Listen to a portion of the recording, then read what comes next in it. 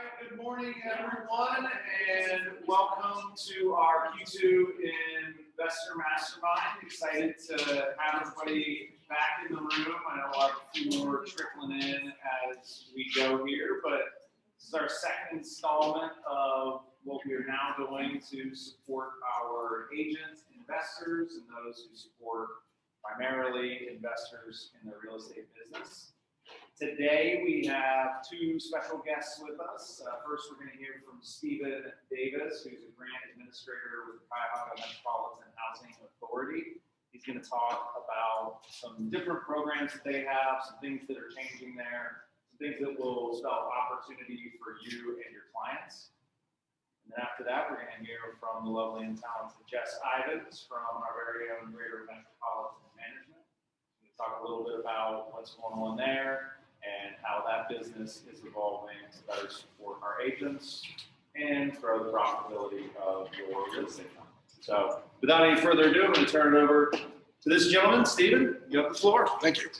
What's my time? We've got the room till 11. Okay. So I would say.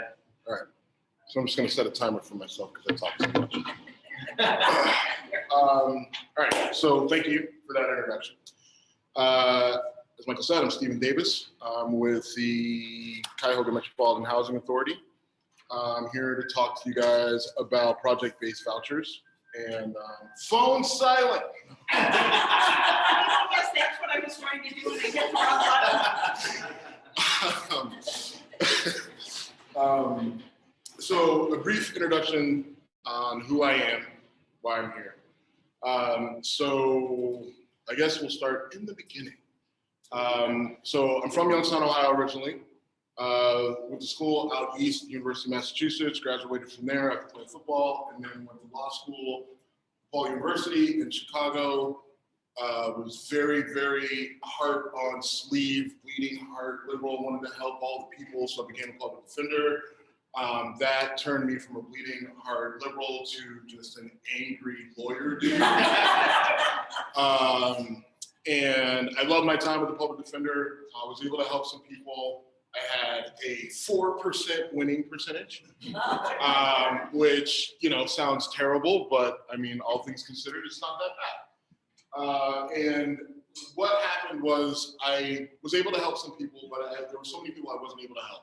What I felt was, man, I feel like I'm kind of getting into this a little late, right? Like if we're trying to help people at this point, maybe not so good. So I got out of it and slowly worked my way into affordable housing, right? And everything that I had read and still reading and learning tells me that environment is everything, right? Not only our environment, the planet that we live on, the air we breathe, the water we drink, but actual, the social environment as well. Affordable housing is a way that we can impact that. Now, historically, our country has tried, but hasn't always done the best things when it comes to affordable housing.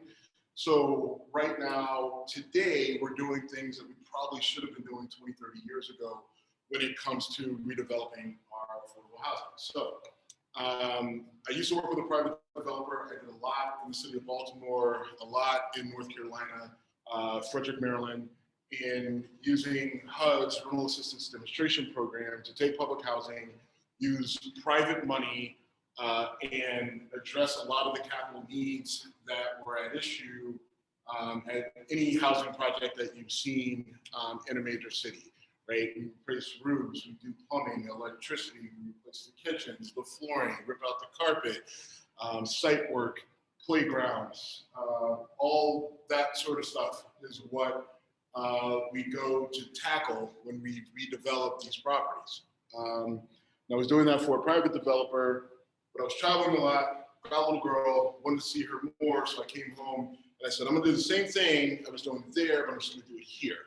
And do it for one entity as opposed to several. So, enter CMHA, and that's what I do. My job is to look at the different properties that are in our portfolio and figure out what we can recapitalize or capitalize and get redeveloped so that people are living in better conditions, but also trying to affect that from a social aspect as well, with social services, and making sure that the police are involved so that it's safer. And then obviously the other things we talked about in terms of the actual physical environment. And so a lot of my job is numbers, is money, is going and figuring out, whether we're going to use 9% tax credit, 4% bonds. Can I go out and how big of a mortgage can I get? Is there other soft money out there that I can get in the form of grants or forgivable loans? And what do I have to do to kind of get these projects, with these enormous gaps, right? Like, so overall across the country, public housing, we have a giant backlog of capital needs that sings to the tune of around $90 billion, right? Like, so all the public housing, whether it's Chicago, New York, and New York takes up a chunk of it, right? But Cleveland, all of us, like, our public housing is way behind the curve, right? Just to say it diplomatically. And so that's where that rental assistance demonstration program came in. They said, look, Congress, we only have so much money, and we don't even give you everything that we say we're going to give you. We look at it and we give you a percentage of what we say we're going to give you.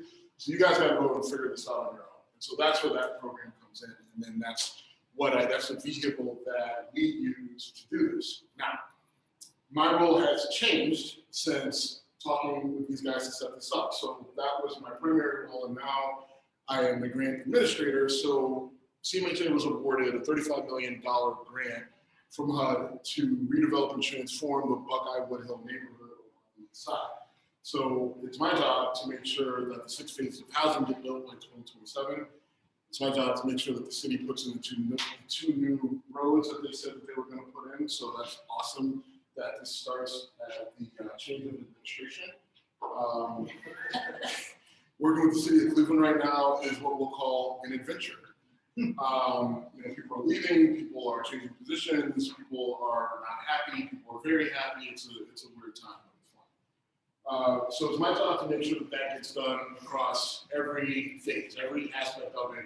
I've had multiple calls with HUD, which is interesting because they've just gone through an administrative change, and that's even more fun than working with the city.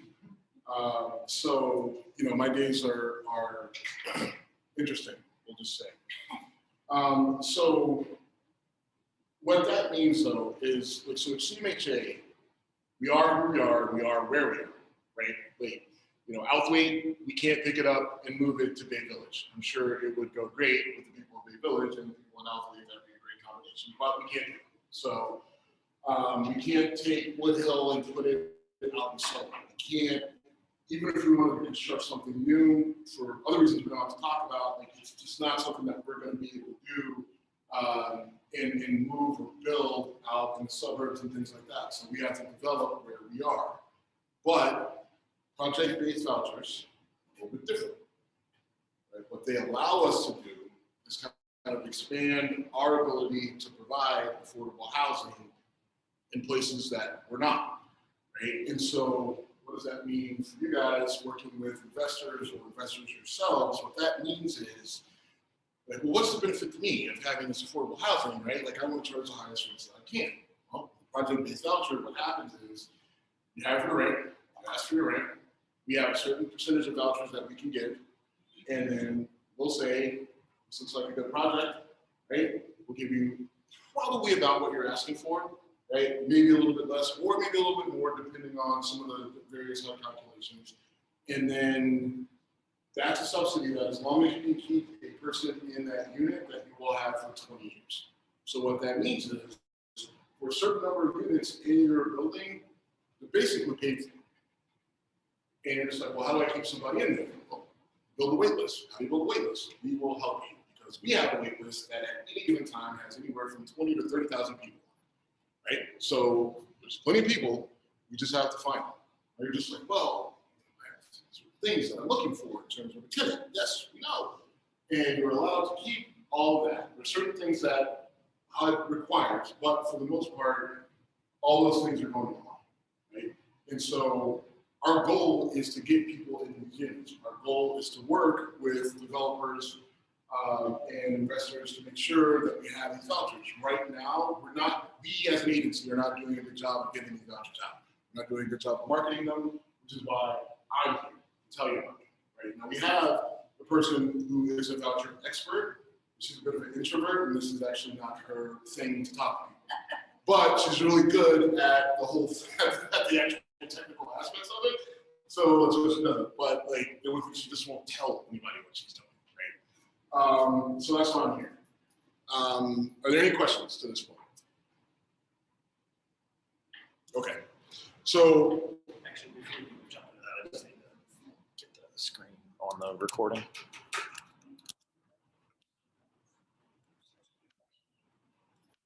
Hey, Stephen, yes. what's the difference between, like, obviously we don't know about Section 8.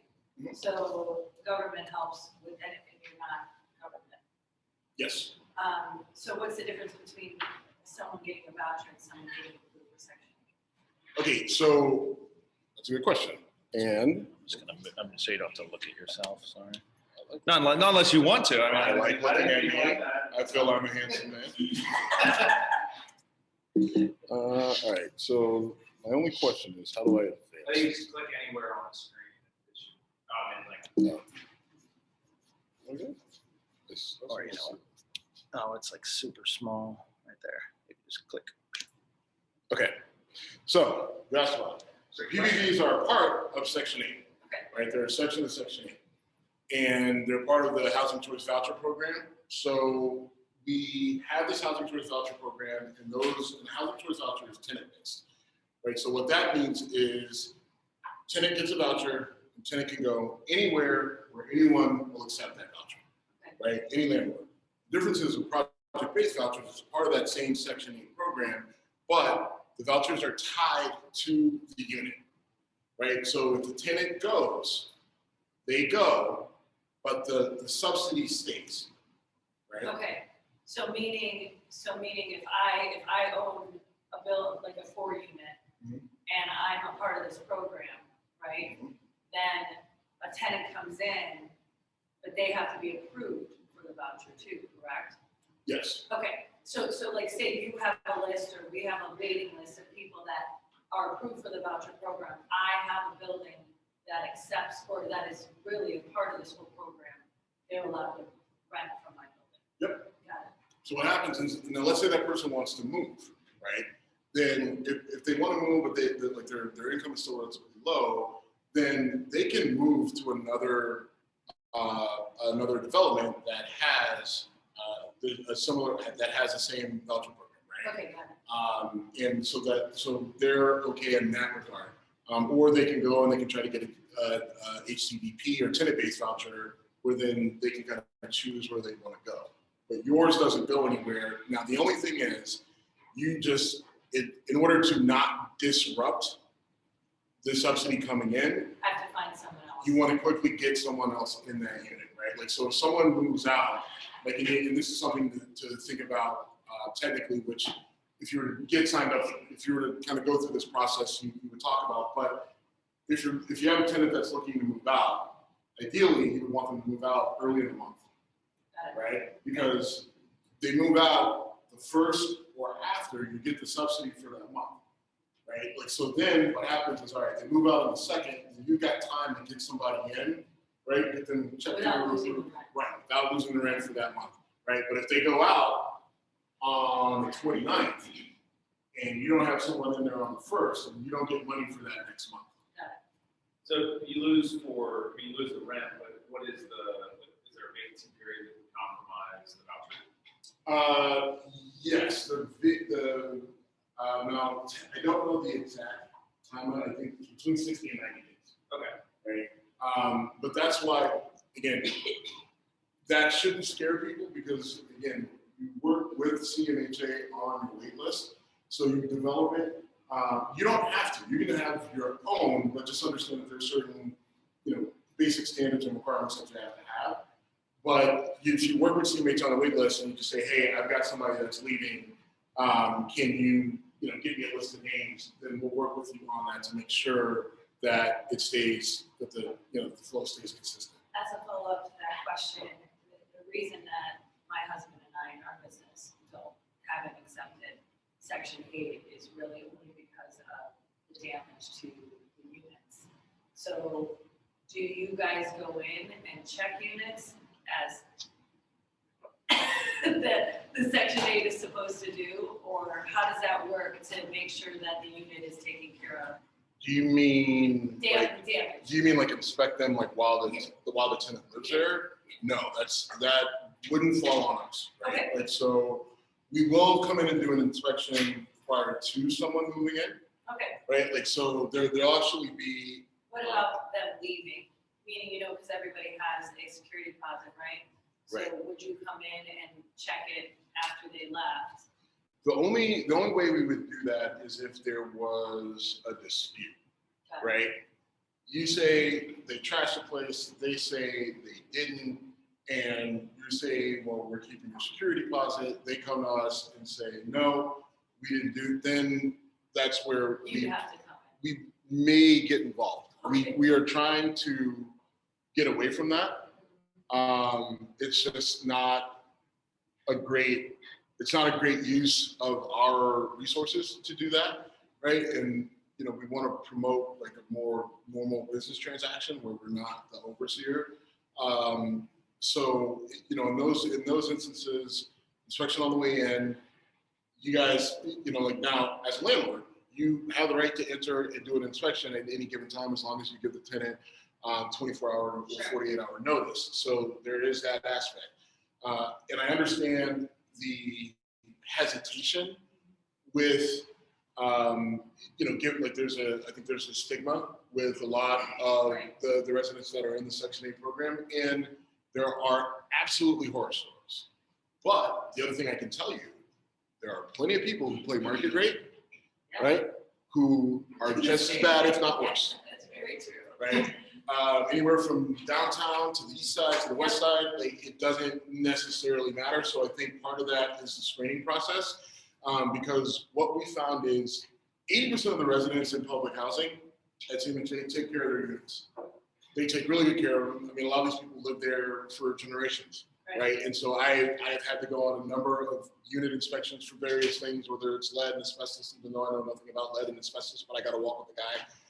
Actually, I've learned a lot by doing that. But a majority of the units we go into are perfectly clean, right? And there's no issues. But there is a percentage where it's just like, what the hell is going on here, right? And there are certain resources that you have that you can, like if you have issues where you can call and we can see if we can get, because a lot of times it's not always just that the person is a bad guy or girl, right? Sometimes it's what help do you need to help you kind of get this organized, right? Maybe that's So, the way they've always lived. right, and it's just like, is there something we can do to help you to kind of get this under control? Not always. Sometimes you're just a jerk, and it is what it is. But like sometimes it's, and people say, well, I'm a landlord, I don't feel like I should have to do this. You're right, you shouldn't have to. But the situation we're in, right?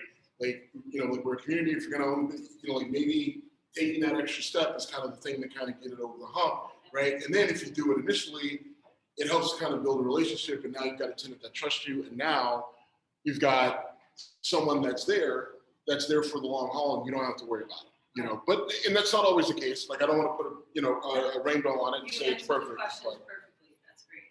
Yes, sir. So on, it's a partnership between the two. Is there any restriction? I mean, do you have to just take what CMHA sends, where you say, hey, here's a list of all the people that might be eligible, and you can do. Absolutely. Okay, so I can interview 15 people for the next tenant to make sure I have a good fit for what I think. Absolutely. Yeah. You then, yes, sir. All right. With the project that's sponsored, they still do the annual inspection for the property insurance inspection as well. Yes, they do that. So, so going back to your question about the inspection, so we have the quality standards, right? Like which those are put out by HUD. Now, that's also a place where landlords get sort of queasy about this, right? Because it can get, I'm not gonna lie, it can get very nitpicky, right? Chip paint on the windowsill, torn screens, like they'll go up into the attic, and like some of the things that they do is can definitely be feel burdensome, right? Now, a lot of the things are also easy fixes, though, Sure. right? So now where some landlords get into trouble is that they have a lot of easy fixes, right? So now all of a sudden, like, these easy fixes become like an actual burden to them because they have so much that they need to do. And then they say, well, screw it, I'd rather not deal with it. I'll just continue to take, cash in, which is there, they can do that. But, what it really comes down to is, especially with a lot of our bigger developers, like NRP is a big developer here in Cleveland. They love these things, right? Because they use them a couple different ways for their large scale projects where they're going for competitive 9% tax credits. They get 10 points for having a certain percentage of vouchers in their development, right? They get 10 points in their application, which boosts them up, which means there's a better chance that they're able to get that competitive reward, right? For those tax credits to build out their, whatever it is that they're building, right? They're actually building one right in our backyard where they have, I believe, 9 vouchers in that development, and I think it's about 60 units or so. So that's the big difference, is the building is PDB approved. Yes. Unlike when if I can own miscellaneous duplex and accept Section 8. Right. Meaning I don't have to be Section 8 approved. My unit does, obviously, but the building doesn't have to be. I can have somebody Section 8 on the first floor and the second floor have somebody that's not. Right. Like, so if you have a duplex, Yeah. you're not going to use a project-based voucher, right? Like, so it's more for a multifamily setting. Got it. Usually they say 4 or more. I'm not exactly sure how they make 4 work. I've actually never seen it. Not that I've seen all the things everywhere, but typically, kind of like the magic number is kind of like 12. It seems like the sweet spot. So if you're looking at a multifamily with 10, 12, 15 units, that's where these really start to kind of come into play. And with the smaller, then yes, then it comes down to just accepting the tenant-based voucher. Yeah. Where you're still going to have to deal with those same inspections, like either way, with either the tenant-based or the project-based. But it's just like a little bit different. It's a little bit different setup. Makes sense. Would you put a portfolio of properties, maybe not next to each other, would you consider a project? So we have a lot of people with 100 doors. Right. Or the west side of Cleveland. If that So- would allow into like an LLC, could that count? That's a good question. So that would, in the world of hub, right, that would be considered scattered site. I'm not a huge expert on that. I don't know the answer to that question. That's a great question, though. And I'll look into it to kind of figure out how that would work or if that would work. I don't know, right? Like, so if let's say I've got 100 doors and they're all consolidated under one LLC, and then it's just like, all right, can I get project-based vouchers for this house, this house, this house, and this house, right? Or a voucher for each individual house. I don't know. I feel like the answer is probably no, because I know HUD and their rules are just crazy, right? Like, so it's just like, it feels like there's an easy way to make that work, but they just don't believe in those sort of things. Maybe something in the future, especially if like It could, yeah, I mean, LLC, if it's an LLC, if it's one it could entity be, owned. but HUD's not super progressive these days. So, future, like, maybe way out. Yes, sir. Yeah, they have to be adjacent to each other. There you go. Okay, that is definitely a no. Okay. Wait, what is it? Definitely a no. Yeah, you're right. Okay. What's your name? Realtor, developer, team section. I didn't hear that.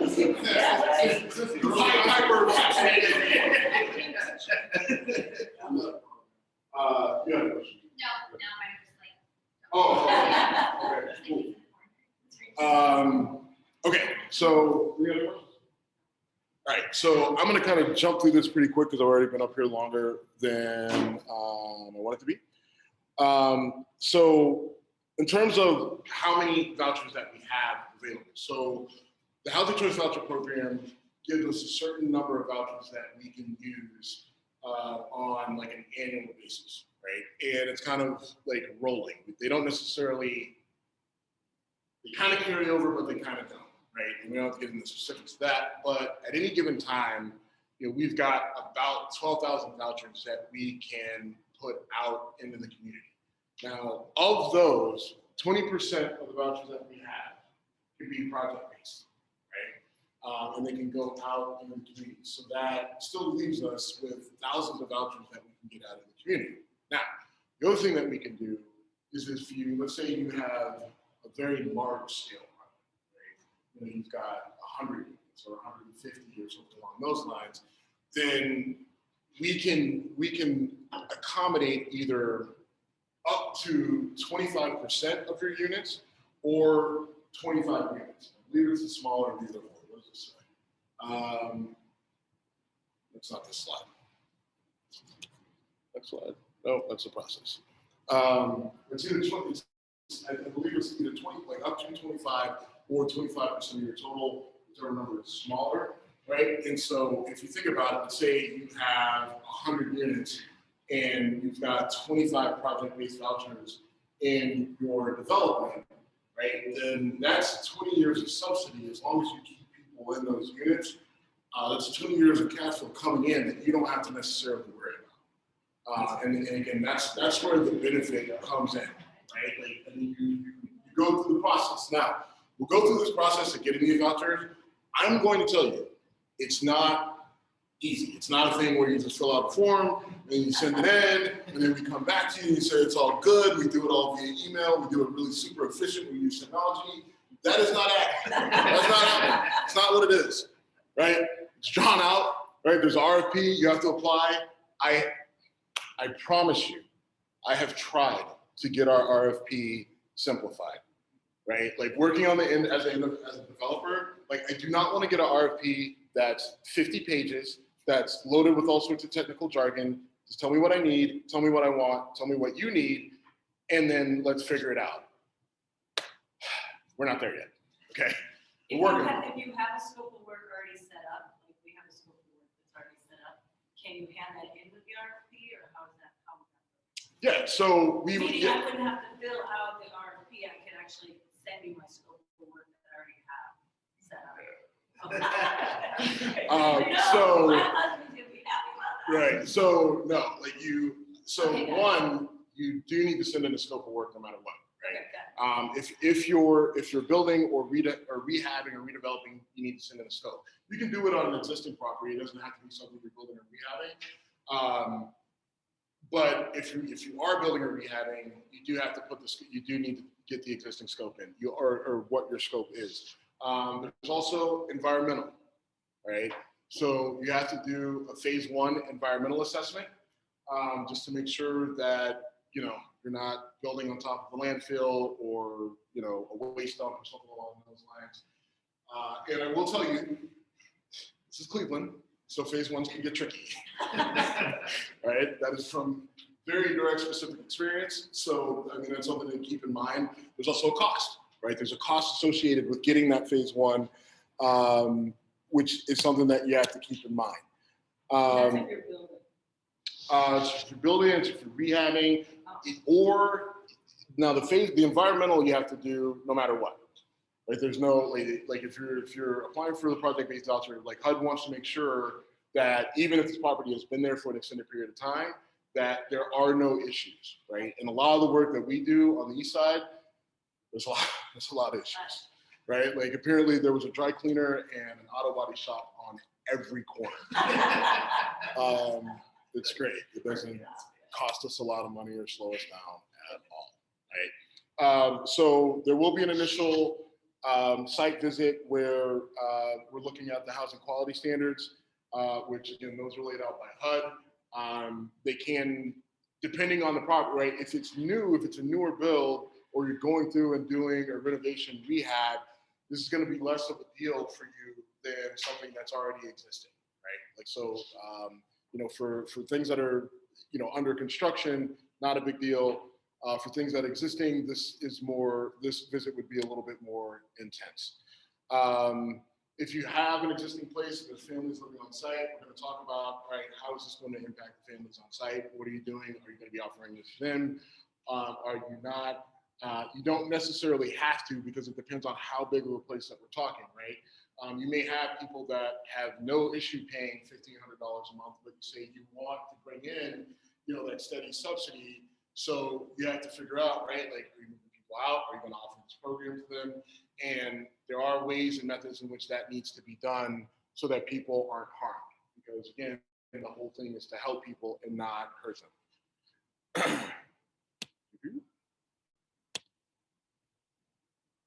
All right, so your proposal gets selected. The award, that's not a big deal, that all makes sense. You put these PowerPoints together and they seem great at the time. And you're like, no one cares, no one cares. You put the dog in there and everything. Right, because I was literally looking at my Rottweiler, like, you know what? Let's put that in there. So you have your kickoff meeting, and then we talk about the payment standards, we talk about the inspections, here's the environmental review. The environmental review typically has to go through the city, right? Like, so you get the environmental review, company comes out and looks, and then that gets submitted in.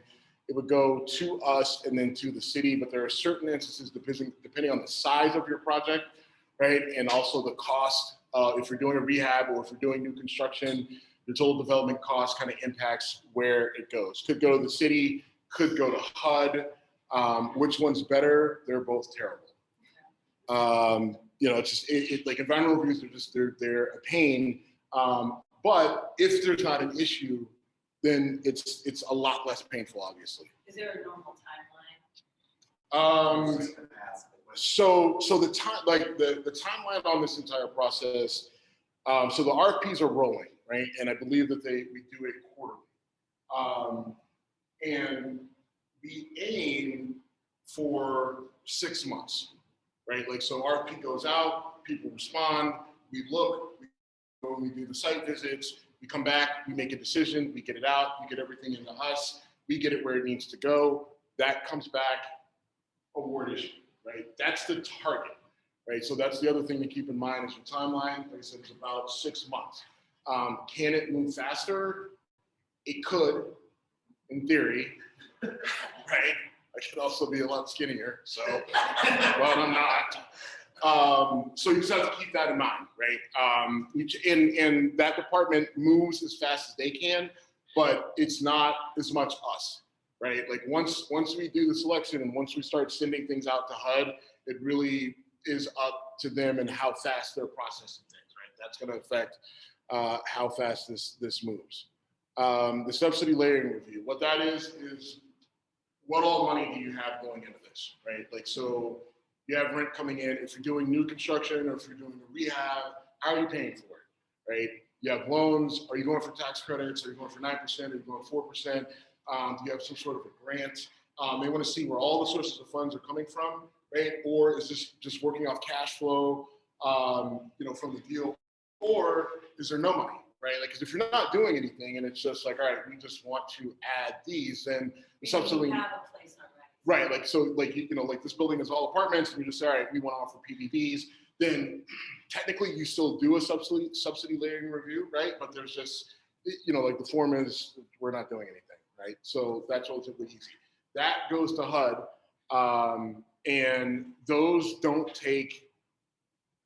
usually get turned around relatively quickly, but that all depends on sort of what their caseload looks like. We get all the documentation back. Everything gets reviewed. We come back. Maybe there's questions, and then we talk about the rent reasonableness, right? And that's basically where we negotiate what the rent is going to be. You're going to ask for a certain amount, and we're going to say, "Cool, we're going to pay you 95% of that, or 90% of that, or whatever it may be." And historically, we've been pretty reasonable, and especially with rehabs, new construction, right? We're typically pretty reasonable with those. Older buildings, if you've got a building that's just barely squeaking by, right? Like you got through the inspection, but it was like, woo, then, you know, you may not get, you know, that 90, 95 to 100% of your rent. Yep. How often are the rents revisited? I mean, 20-year period, inflation adjusted. So there are adjustments to the rent that HUD does, right? So that review should happen yearly, but it doesn't always happen yearly. So, Right. but you wouldn't be stuck with 1,500, like we're not gonna be No, rent control situation Right. in New York with Right. a month. And you can also, I mean, you know, they'll do it every month, but you could also come back, you know, as, like, and say, like, if we don't do a review, you can request one. Now, doesn't always have to, like, it won't necessarily always be granted. But you can request it. For new construction projects, for voucher, you still have to follow Davis Bacon and road tax. It's a good question. So, do we all know what Davis Bacon is? No.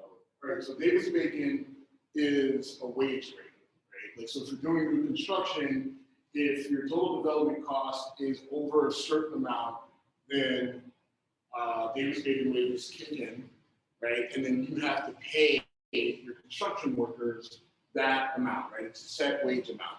Now, in Cleveland, it really doesn't matter, right? People make a big deal about it, and the reason why is because Cleveland is a union city, right? And the unions sometimes make more than what the Davis Bacon wages are, right? Like, so it ends up being this, and it's an issue that we have to deal with, right? The state gets mad at us because Cleveland's really expensive to build in and everything else. We're like, well, down in Dayton, like, okay, well, Dayton is not Cleveland. But like, so that's an issue that does come up. And what triggers it with PPVs is the number that you get. Now, I mentioned earlier, NRP, I think they have 9 in that project that they're building over by CMHA. The reason the number is 9 is 10 triggers Davis Bacon, right? And so everybody's very, very strategic with what they request. They have never requested more than 9 from us, right? Because what they do is they don't necessarily use a union shop in Cleveland, but they bring in a contractor from out of state who are paying their wages whatever they are. And so in order to avoid that Davis Bacon wage, they look at their total development costs, and then they say, all right, we need to bring it down to this. And then they see, all right, we need project-based vouchers. And we really want 12, but we don't want to trigger Davis Bacon for the higher labor costs, so they only get 9. So that's a good question, and I hope that helps. Does that make sense? Does that clear it up? Yeah. He said 10 is a trigger for Sure. Yes. It depends on the units. Right? Well. Wait. What do you mean? It depends on the units. If you got 100 units, you see it, that's not gonna work. You have to do a certain amount. No. So you can request. You can request as many up to either 25% or 25 units, right, for a project. But once you get over, no matter what, right, like so if you have 100 and you request 10, then we can give you 10, but that 10th one then triggers the Davis Bacon wages. Right. Right. 10 is what pushes It it could be over. 12 units, you could have 9. Right. Yes. No, it's fine. This is right down our alley, so, if I buy a 25-unit building and it needs to be renovated, and I want it to be in this program, I'm not gonna, if I'm applying for the program, I can keep the renovation moving. Yeah, absolutely. Okay. Yes, Because you don't have to. I'm paying private lenders, so. Exactly. You know, So, I can't wait 6 months, and believe me, the city has made me wait 6 months. for things to trust me, start. I understand.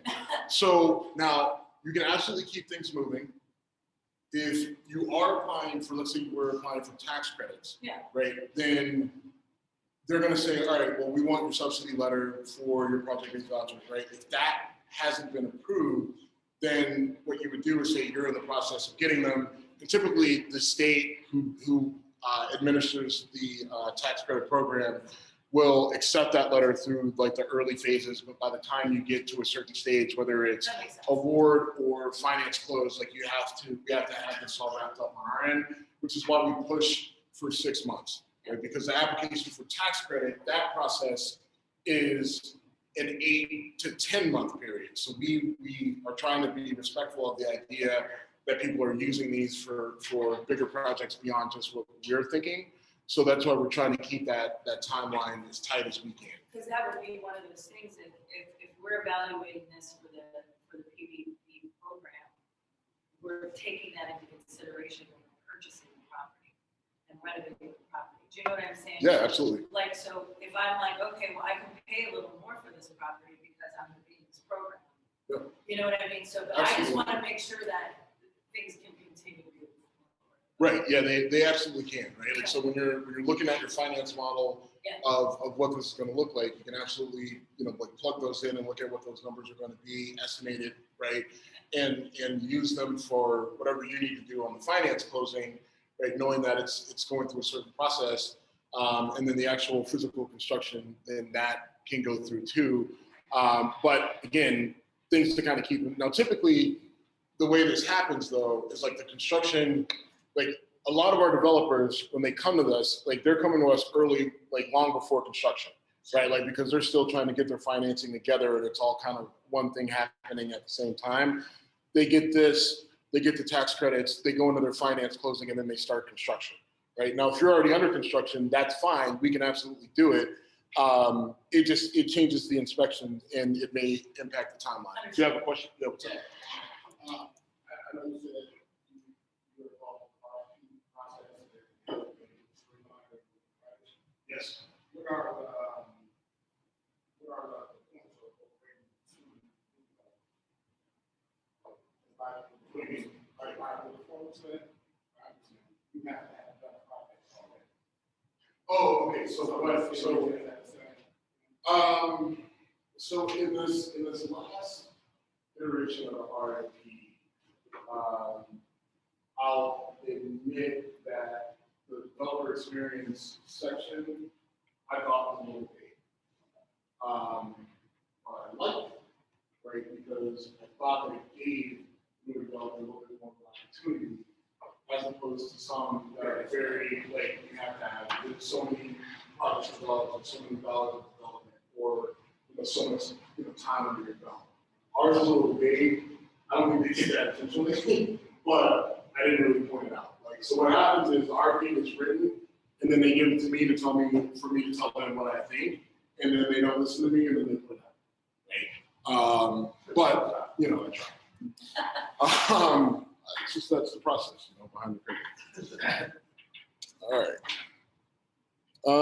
So that slide didn't come out that good. So this is where we talk about the wait list. So you publicly advertise it, we'll publicly advertise it. Like I said, we will work with you. We'll explain, like, look, this is what we need for you guys to do, right? And then you can do what you need to do.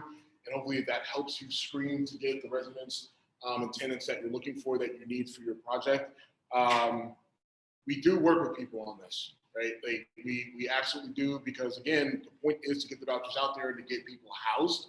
Like you don't have to let in felons, you don't have to let in, like the people that you would normally keep out. Like, people feel that you have to do certain things because it's HUD, and that's not necessarily true. So just keep that in mind. And this is a program. Now, what I will do, I will send you a link to our website. I think the RFP that's up right now, and then I can send you just like a short little kind of 1 to 2 page kind of synopsis of all this that you can kind of email blast out to everybody, because the paper's obsolete. Right? What's up, Laura? So let's say I want to sell my 25-unit building. Do those vouchers go with the property, or can that program be canceled under the law that doesn't want? So yes, right? Like if you want to sell it, you can, like, it can all just transfer. Canceling the contract, you can also do that. But you would have to find replacement housing for those people or. Yeah, that's the issue. What happens to the residents, right? And that's where it gets complicated. I don't know why a buyer wouldn't want the program, so that. You never know. Well, you never know, right? Like, I mean, maybe they don't. Maybe they want to buy it, tear it down, and they say go, extremely high end. It would definitely add another jump through the transfer process. Right, and to be honest with you, I haven't seen that, so I can't tell you how that goes down. It was brought up in a meeting once before, and it was shut down about as fast as it was brought up. So I don't know the ins and outs of that. But again, we have a specialist who this is her thing. She's really good at it. She just getting her in front of a group to talk is just not something that's going to happen. But she will absolutely talk to you and answer your questions. And again, I'll put all that information in the email I send to him that you guys will get, and I'll do that today to make sure that you have that contact information. Her name is Jane Nichols. She's very nice, very sweet. Any other questions? What's up? Just your opinion. As you can see, I'm sort of happy to hear that part of the Hey, brother, yeah. All right. What do you think as far as putting in for the RFP or just making your units? This is section A. You don't have an overall contract. However, you don't have the obstacle of RFP in the competitive process. So what's the benefits, right? So here's the thing. Accepting Section 8 tenants. So it comes out of preference, right? Because accepting Section 8 tenants, once you go through, let's say you build something relatively new, or you rehab something, and you don't want to go through the competitive process, then you contact us and say, you know what, I want to accept Section 8 tenants. Let's screen them, let's get the best that we can in. Somebody moves out, you still work with us, we'll get somebody else. Plenty of people that, especially over the next few years, right? Like, so I was talking about that Widow project that they gave me the whole grant administrator. Part of that is we're replacing 467 units on site, and we have another 162 that we're not going to replace on site. So we're putting those out in special vouchers, right? So the project-based vouchers have to go to certain places, right? So Club came out and said, all right, you can put these anywhere you want, right? Except basically the city of Cleveland, right? And these suburbs like East Cleveland, you can't go there. Right, so it's just like, oh, okay, great, right? And so with those vouchers, those have to go to very specific places. So I guess, so again, it comes out of preference, right? With Section 8, you can roll different people through, right? But the subsidy is not guaranteed, right? Like, you need someone to want to come to you specifically and stay there. And then when they leave, they take the subsidy with them, so then you have to find someone to replace it.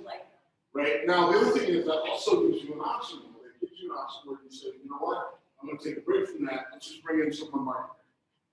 Now, on project base, you got the subsidy, it comes in, someone leaves, you go to the waitlist, you roll someone else through, they're in, and then that you have that steady stream, you just have to make sure you're doing the work to keep someone in. Right, but we work with you to actually make sure that they keep rolling, so you have that subsidy. It's the project-based voucher makes the subsidy more consistent, but it can work either way. In Section 8 housing choice voucher, the only issue with that is it's not tied to your building. Once they go, the subsidy goes, and then you have to make a decision: do I want to bring another voucher person in, or do I just want to go market rate? So that's the main difference. That's the main thing. You're approved for the voucher, it's not them. It's not just them being approved and moving themselves. Right, project based, you're approved, you got it, it's tied to your unit. Anybody can do Section 8, anybody can have a Section 8 tenant. Anybody in work can have a Section 8 tenant that they want. Yeah. Is there a difference in the total benefit, I guess you call it? So The amount of money, the like the amount of money. No, so Section what? 8 would be less. No. About, like, it's going to be about the same. And so the other aspect of it too that I don't think is that the tenant pays 30% of their income, whatever that is, right? And then the voucher pays the rest. Now, if the tenant doesn't have income, then that means the voucher pays, 100%. You know, and that's the other thing too. So it's just like, you know, I'm top, but I have a voucher to cover most of the rent, so okay, fine, but, you know. One more time. Yep.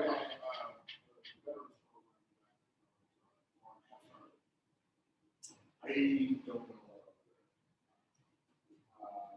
But I don't know a lot about it. So, suitcase, very good. So that's not in all the things are in my wells. Any other questions? All right, I love you guys with the cards, but I'm terrible with them. Right, like I hand them out, and then like you have to go through this whole process. We have to order them, and then I don't. But I did order them this time, but I still haven't yet. So and I think last time I talked to Mike, he's like, "Hey, you have a card?" I was like, "I'm out." So, you know, just The email's fine. What's that? The email's fine. Okay. I will kind of leave this up here for a second. But are there any other questions? Anybody have any questions specifically about CMHA or anything else? I have one quick question. Yeah. You mentioned that like there's a evolving number of vouchers. Does getting more project-based vouchers out lead to more project-based vouchers in the future? Like, is this a program that? No, so it depends, right? If our housing choice voucher program overall, right? Like so HCVP is the whole voucher program. And then all the various different types of vouchers like are all under that. This is 20%. Right, and so if we get more housing choice vouchers, then we get more project-based vouchers because it's 20% of our total allotment. So right now, like if we have 12,000 and then next year we get 15,000, then whatever 20% of 15,000 is, I guess 3,000 is what we would So get. you want developers to be a part of this program, because then you're helping them meeting. Yeah, exactly. It goes quicker if you have more people involved. Yeah, it does. Like now, It catches us up as a city. right? It does. Again, the benefit is like not everybody wants to live in a housing project, right? I mean, there's pros and there's cons. More cons than pros right now. But part of my job is to reduce those number of cons, right? But even if I do my job and I knock it out of the park, there's certain people who are just like, I don't want to live there, right? Which is fine. Yeah. So this gives them, so now they have options. They have the tenant-based voucher, but the issue with that is finding landlords who will accept it, right? And so with the project-based voucher, we're basically going out and we're saying, come to us, let us help you, right? We'll go through this process. It's 6 months, it's a lot of paperwork, it's kind of annoying, but at the same time, on the back end of it, right, you have to deal with some inspections, but you got steady money coming in, right? And in the meantime, you help these people get out of situations that they don't want to be in. Maybe they're closer to their job. Maybe they're closer to a better school system for the kid. Maybe they're closer to healthcare that they need, right? And so there's a social aspect of it. And and we really just want to, like, my goal is to say, yes, it's about money, right? Money makes the world go round, and we all love it, and it's great because we can buy our cars and our fancy phones and our iPads and all that shit. But there's a human capital aspect of it too, right? Like we're a community, and there's so much divisiveness, whether it's political or whatever. And there's a way that we can kind of heal some of those wounds, right? Because a lot of those wounds that we have politically exist because we did this wrong. Right, we did the housing thing wrong. We said, you people can't live here, and you people can't live there, and you can't go to school here, and we did that for a long time. And then when we put a law in to fix it, everybody was really mad about it, so they fought it forever into like the 80s and 90s. Like Virginia was fighting segregation or desegregation into the 90s, right? Like, so you have all those issues that were created, and now we're using the tools that we should have done 30 years ago to fix this. And getting private people involved is just so smart. Right, and it's the key. And and people are worried about gentrification, and that's a legit thing. But what we're doing now, like what we're doing over at Woodhill, the reason why it's not going to be gentrification, those people aren't going anywhere. I'm building 6 phases of housing. I'm shifting people all around the housing. And then when it's brand new and built, we brought in city architecture, and they've done a knockout job with some of their designs. Those people are going back into those units, brand new. right? I mean, and our goal is to make it look like you can't tell. We don't want it to be a drive-by neighborhood. We want it to be a drive stop. You get out and say, you know what, I want to live here. It's right over there by University Circle in the Cleveland Clinic. So some of those nurses and some of those admin, all right, who are living in places that they can barely afford. We have market rate units that are going in over there. We have, you know, like workforce housing that's sort of in between, and then we have the lower income. And that's how you kind of fix some of these problems, right? And landlords that are willing to accept these vouchers, right? Like, there's the money aspect, but you're also, you know, doing your civic duty. You guys have funds for purchase program? Or that's, For the, what's that? like you had a tip, and after the lease or Lisa, oh, I hate these.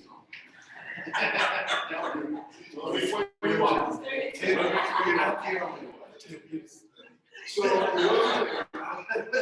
and the reason why I don't like lease to own is typically the houses that people are leasing are houses that none of us would own as they are, right? Like they need roofs, they need plumbing, they need electrical, they need all these sort of things, right? And so this person leases this house, great home ownership, and it's like, hey, you got $8,000 to replace your roof.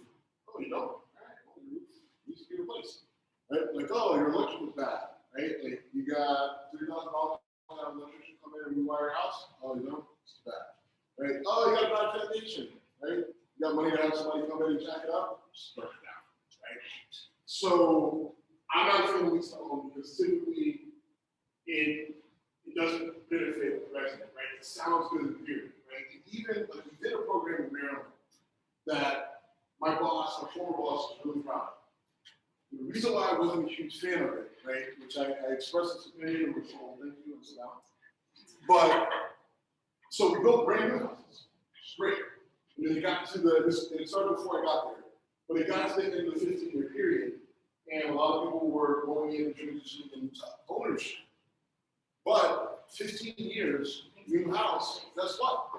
Right? Whether it's new or old, after a certain amount of time, you got to replace this stuff. And a lot of times people were in a better financial situation than they were when they got there. But they don't have the money to replace the roof. And getting capital is still an issue for a lot of people that are going in, that are, if you're in an affordable housing situation, then the chances of you being able to go to a loan or go to a bank and get a loan that you need to fix some of this stuff, very, very hard.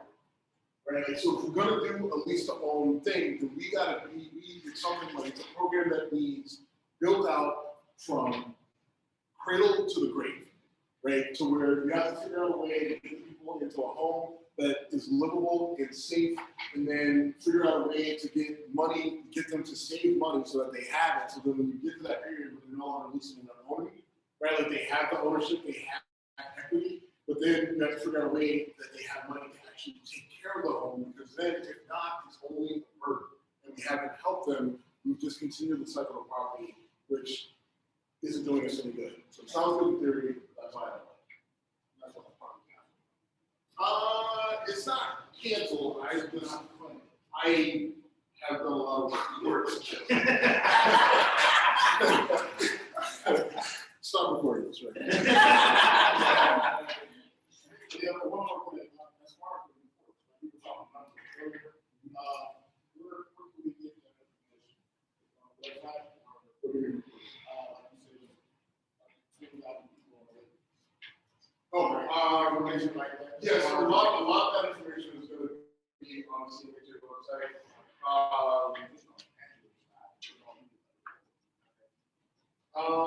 Yeah, I mean, we only, I think that only gives updates like once a year.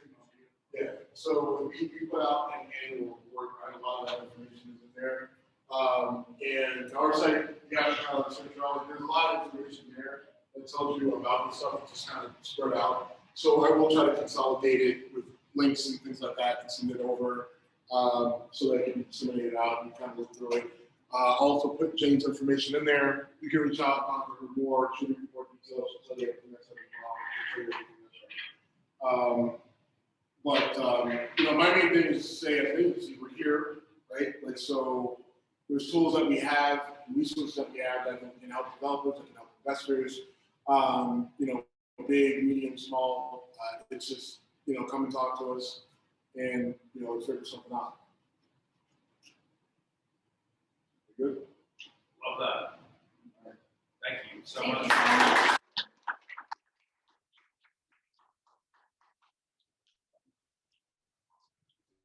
so much. All right, so next we'll have Jess Ivers from Greater Metropolitan Management.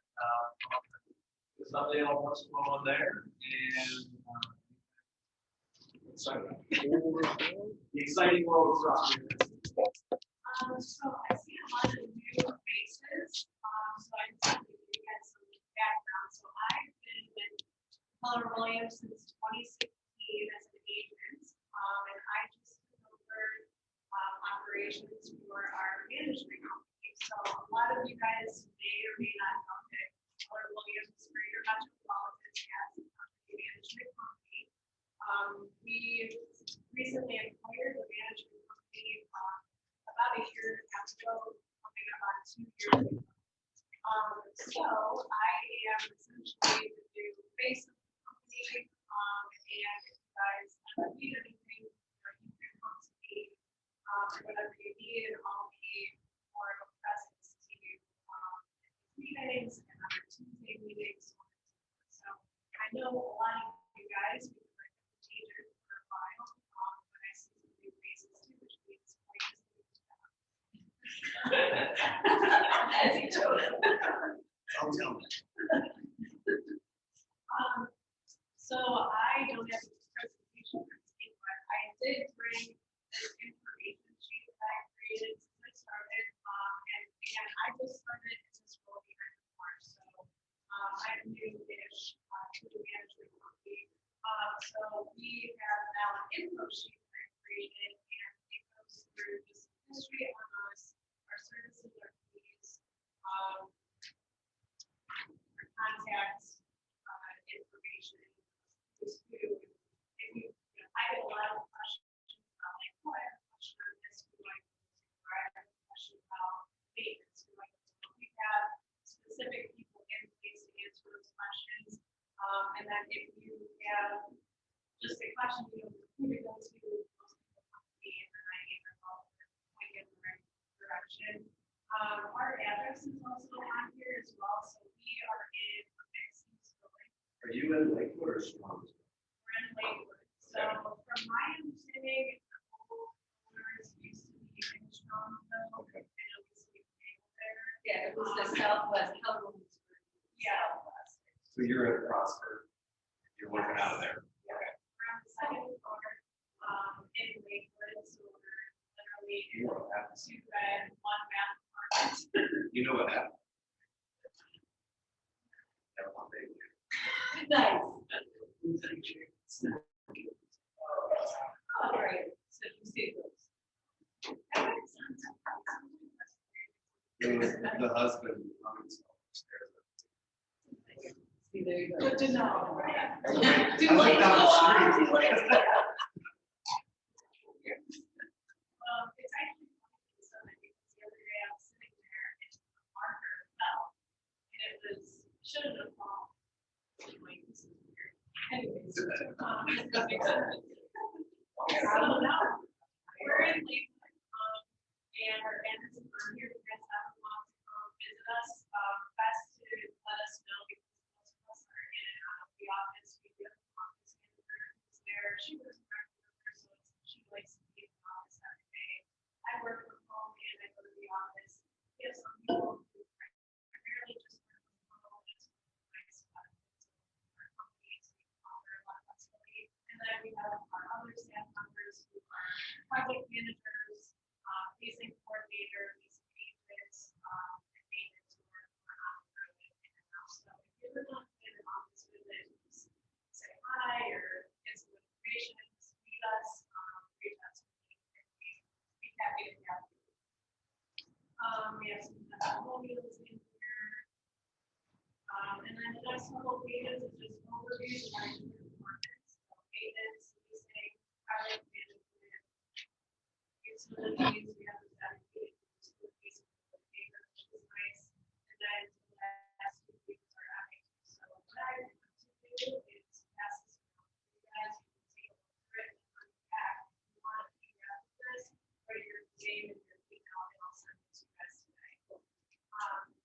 Hey, Jessica, talk a little bit about,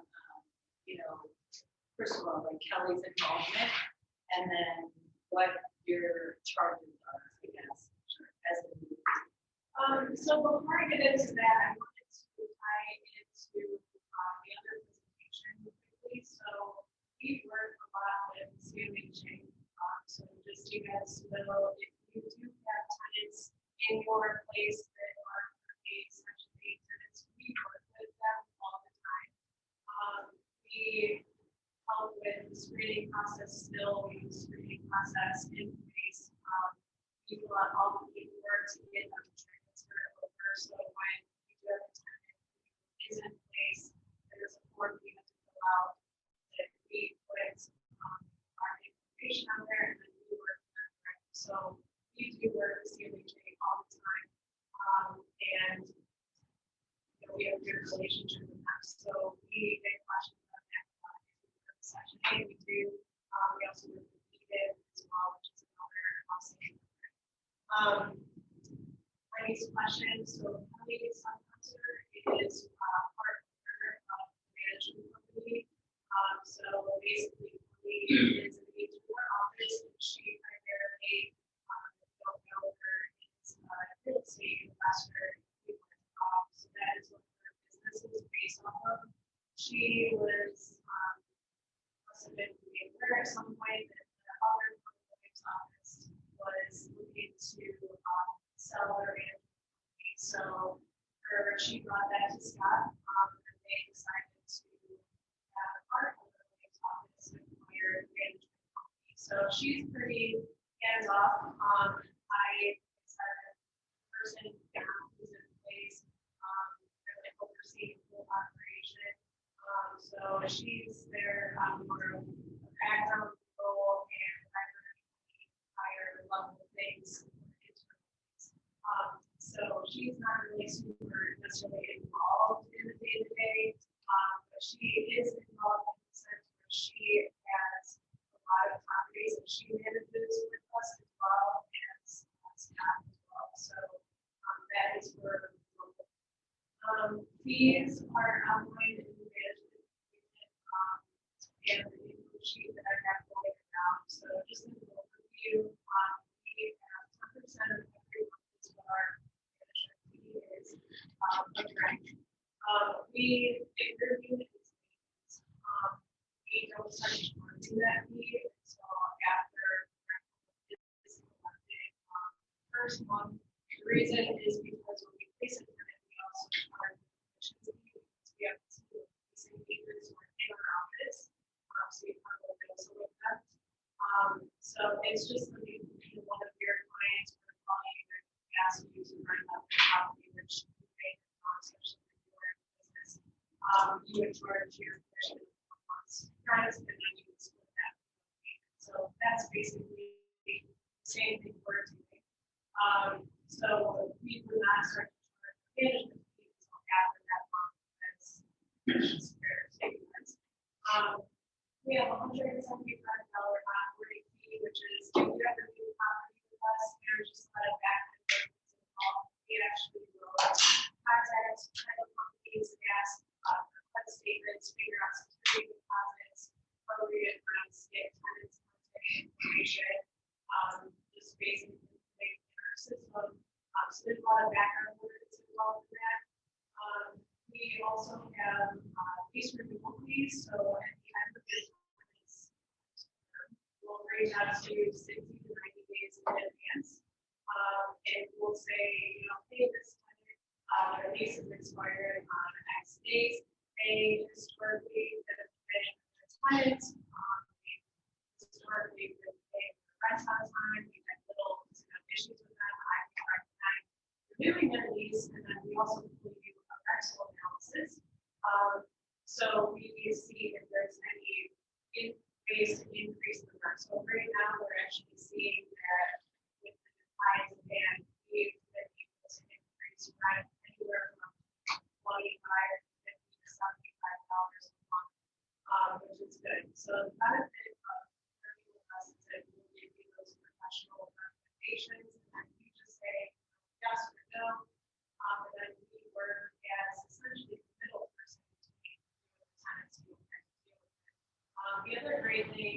lease renewal right now is that there's no year for tenants to go. So they either have the option of trying to start open right now, which they don't have anywhere to go. And a lot of the rent is inflated, just like the sales market. And sometimes they do have that extra $25, $50 that they can't spend, so the cost of them just increasing their rent is greater than what you're finding in your spot. So we are seeing a lot of tenants who are agreeing to lease renewals at a higher rental rate, which is obviously beneficial to you as a company. We also have the ability to do bill pays for you. So we work full service property management. I tell people is that you need us to be something we can pretty much do it. So really there's really no complexity we can't take care of. So we do property inspections for you this summer. Okay, we try to get the property at least twice a year. Our maintenance techs, which is this is also one of the benefits. They're trained to look for certain things, so when we get a work from the tenant, they're trained to look to make sure smoke detectors are working, air filters are changed, no unauthorized people are living near their pets. Right now, we see a lot of unauthorized pets that we're dealing with. This is the time of year, people want to get puppies. So we help to facilitate a lot of that. And our maintenance staff is trained to look for things that will also be helpful. So if they see if they're there to fix a loose toilet, but they see a leak in the basement, they will know to flag that, take some pictures, and notify you. How is the maintenance? So we bill everything monthly. So we distribute funds and bill on a monthly basis. So you as an owner get after a month statement or a month statement every month, and it is around every month. But we would be the owner in addition to that. So Can you talk to, that's it, I'm glad you said that. Can you talk about, you have the choice of using your maintenance. People, so like we do our own maintenance. So say Jessica said, the maintenance guy goes in, he was going in for a pest problem. We don't really have a pest company to bring them in. They'll send us a quote from the pest company. We give them. It's under 5. What is it? There's one, like sometimes you do maintenance. You don't have to ask after a certain. Can you talk a little bit more? So we get a lot of questions about maintenance. So the way that it works is we have maintenance management routines. Whenever your tenant puts a work order in, there's an online system that whenever they are brought on, we send them links to make sure that they know how to get in contact with us, where to be located, and kind of the work order in. So let's just say your tenant puts a work order in because there is a need for your kitchen sink. You as a property owner will also get copied on that order. So nothing would ever be a surprise. There is a reserve of $300 that we ask all of our owners to keep at all times. Think of it just like an escrow fund, sits in your account's balance. Let's just say the work that is needed is under that threshold, and we don't need your you need to go ahead and make that fix, let me know it's done, and then we will replenish your escrow account for $300. Most of the time, I would say the things that come through are over that threshold, so you will get email from Steve and say, hey, your time is work order in, you went out, we looked at it, we got it, here's what it is, let us know what you want to do.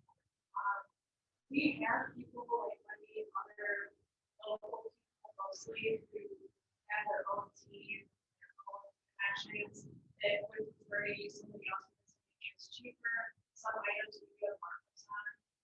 So we totally do that, and that's hopefully fine with us if you want to use your own team for that. We still want to get access to the tenant, and have somebody leave them out there to open up doors, whether it's needed. So that's really We've done it both ways. We've used them. We don't have some. We have a pest control problem. And then we've also said, you know, what we do here. So they're very, and I work with Steve. So they're very good at, you know, what it is. If it's an HVAC thing, that's how it is. But it's nice and convenient to know. And they're, you guys, as far as maintenance goes, all 3 Yeah. So if I get an emergency call at night or when something comes in, like you have to. Just can't.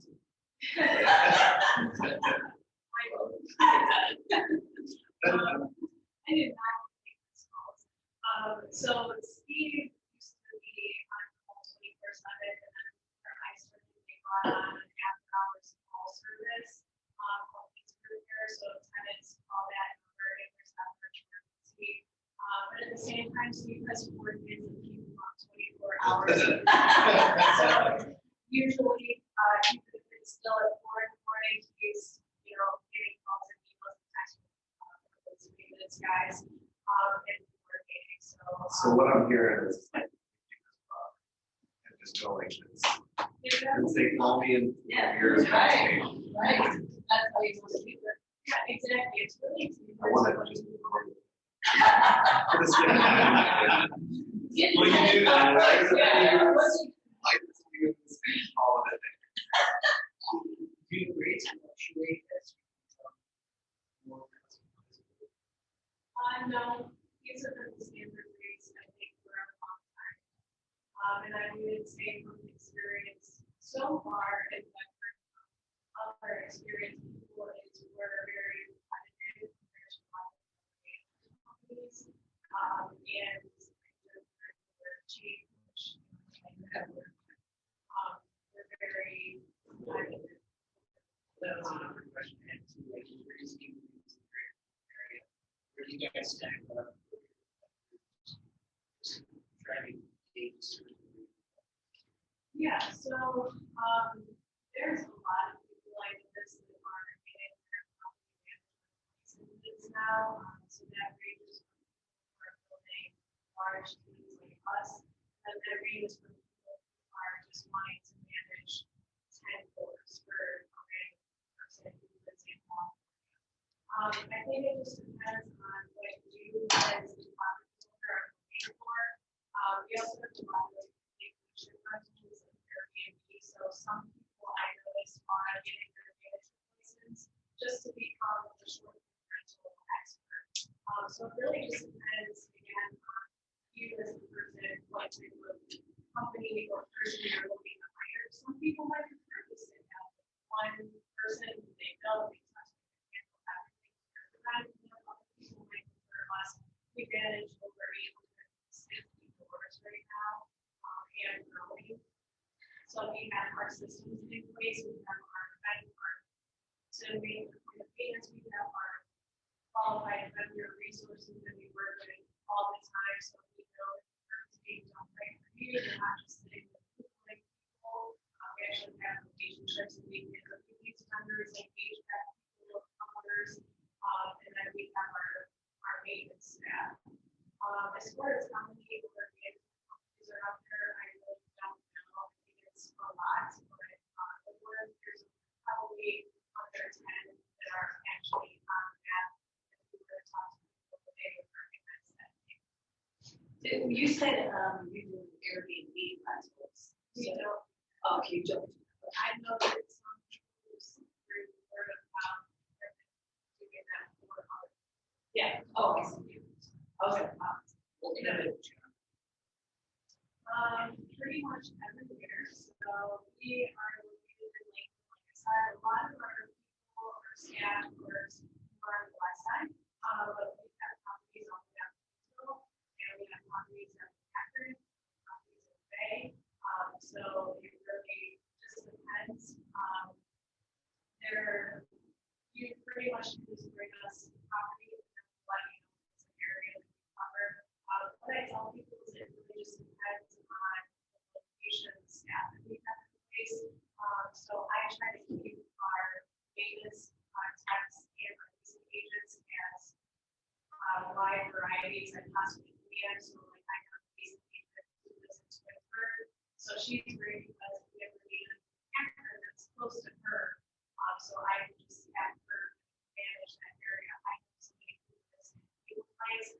she'll take care of those or they decide properties. If somebody who lives out in Back River, so they're kind of more dedicated to the west side. Same with the maintenance staff. Sorry, last one. Student housing. You guys do the student housing. All the ways individual situation. Kind of dealing with them on the So basically now we're a team on the property, we come to us and we say this property is what we want to do. We have a standard 12-month lease agreement, which could also be used in the 6-month lease term, and then we also have month-to-month lease agreements. So we do have I can keep a one property we have, where I think it's kind of like a share type of situation. I've seen these properties my own personal real estate experience where you go into the property and it's like 2 or 3 or 4 groups that they share with each area. So yeah, we could definitely, like I said, there's really not much we can't do. We say we get properties, we don't manage people, so sometimes there are certain situations that we get them on and we have medical marijuana situation going on that we just really can't do much about at this point. Who's involved in, but you know, that's again, that's what we're here for, so maybe this is what we're on the chat to do with that. Good job. I'm happy. And I only have 2 of you. Well, but you're a pushover. Yeah, I. This is true. Eh. Keep going. Go ahead. Are we on, this slide? Like with the East Cleveland address.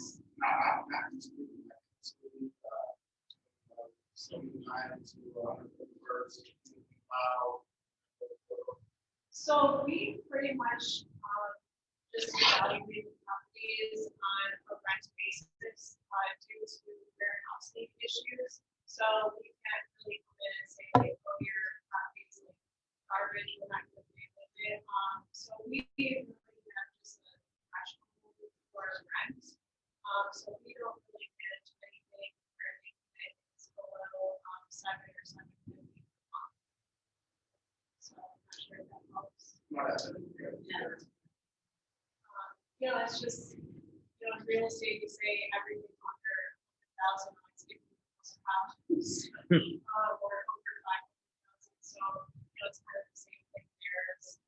And then, you know, we also just want to be mindful of our staff as well, not sending them to certain places where they're not comfortable going. So, at the end of the day, they're still people just like us. So, we have that threshold set, but again, it just varies based on, you know, what you have. If you come to me and you say you have somebody who has, you know, 15 properties in those areas, then we might want to take a closer look at that and make some type of exception to find certain people in place who are willing to go and, you know, handle maintenance there or do leasing there, so on and so forth. So it's really just a case by case, but trying to also be mindful of fair housing.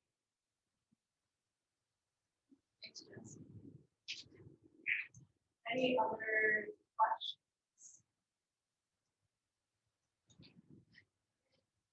So I see a bunch of people writing their contact info down, so I will send you guys the info sheets later today. And if you have any questions, you can reach out to me. I think most of you have my contact information already, but you'll have it later once I get this out. Awesome. Thanks, Jess.